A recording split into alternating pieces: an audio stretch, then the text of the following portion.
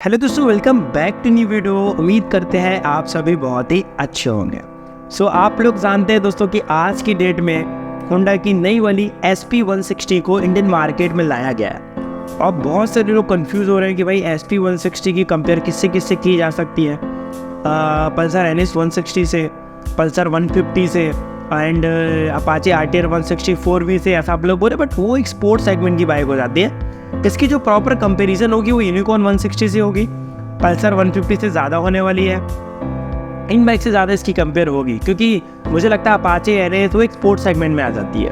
आज के इस वीडियो में दोस्तों SP160 वर्सेस यूनिकॉर्न 160 के बारे में आपको मैं बताने वाला हूँ।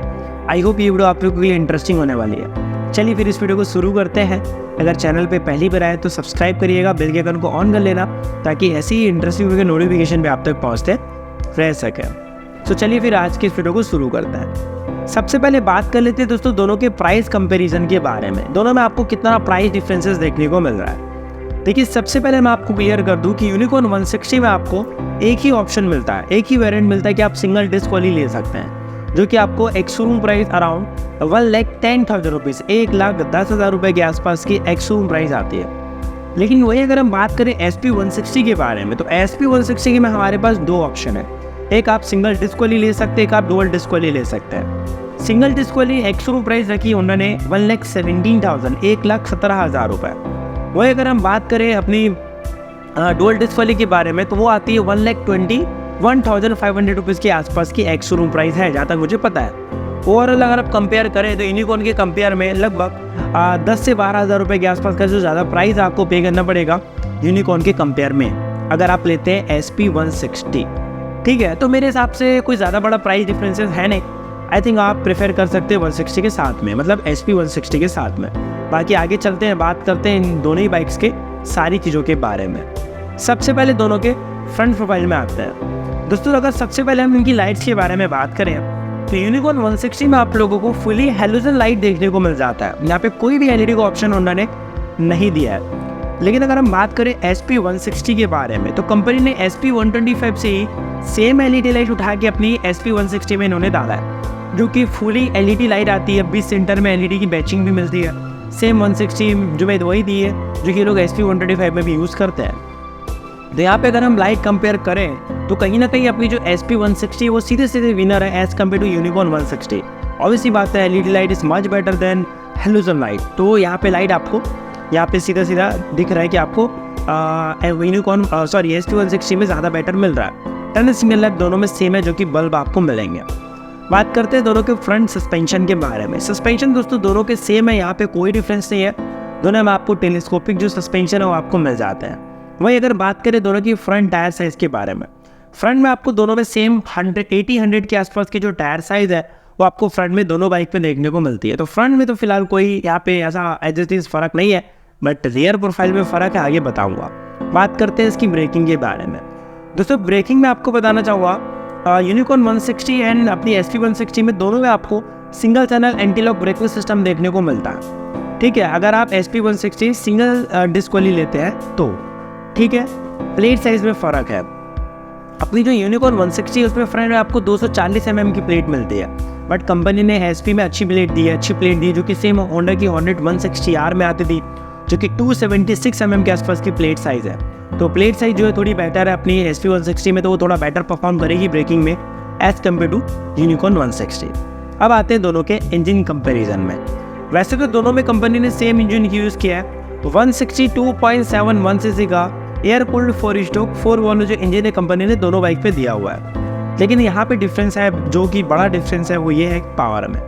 अपनी जो होंडा की यूनिकॉर्न है दोस्तों, वो 12.71 के आसपास का PS पावर जनरेट करती है एंड 14 के आसपास का जो इंटरमीडिएट टॉर्क है वो निकाल कर देती है, मतलब इसकी पावर जनरेट करती है उसकी इंजन।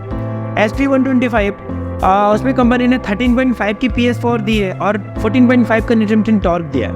तो अगर आप पावर कंपेयर करें तो कहीं ना कहीं जो पावर है वो आपको थोड़ी ज़्यादा बेटर मिल रही है SP160 में एज़ कम्पेयर टू यूनिकॉर्न 160।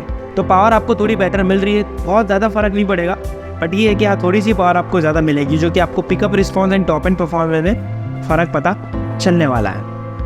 बात कर लेते हैं दोस्तों अब दोनों ही बाइक के इंजन में की डिटेल्स में। दोनों आपको एयर कूलिंग इंजन मिलता है। दोनों में FI मिलता है जिसे फ्यूल इंजेक्टर कहते हैं। दोनों बाइक 5 गियर के साथ में आती है, E20 विद BS6 लॉन्च के साथ में आती है। और यहाँ पे एज इट इज़ कोई बहुत बड़ा फ़र्क नहीं है, बस जितनी पावर की फ़र्क थी वो मैंने आपको बता दी है। बात कर लेते हैं माइलेज एंड परफॉर्मेंस के बारे में।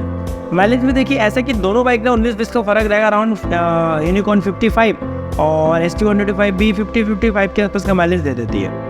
उसके बाद बात करें परफॉर्मेंस के बारे में तो टॉप एंड परफॉर्मेंस SP की थोड़ी ज़्यादा रही है, आई थिंक 120 से 125 मान के चलिए, और यूनिकॉर्न अराउंड 110 से 110 के आसपास की जा पाती है।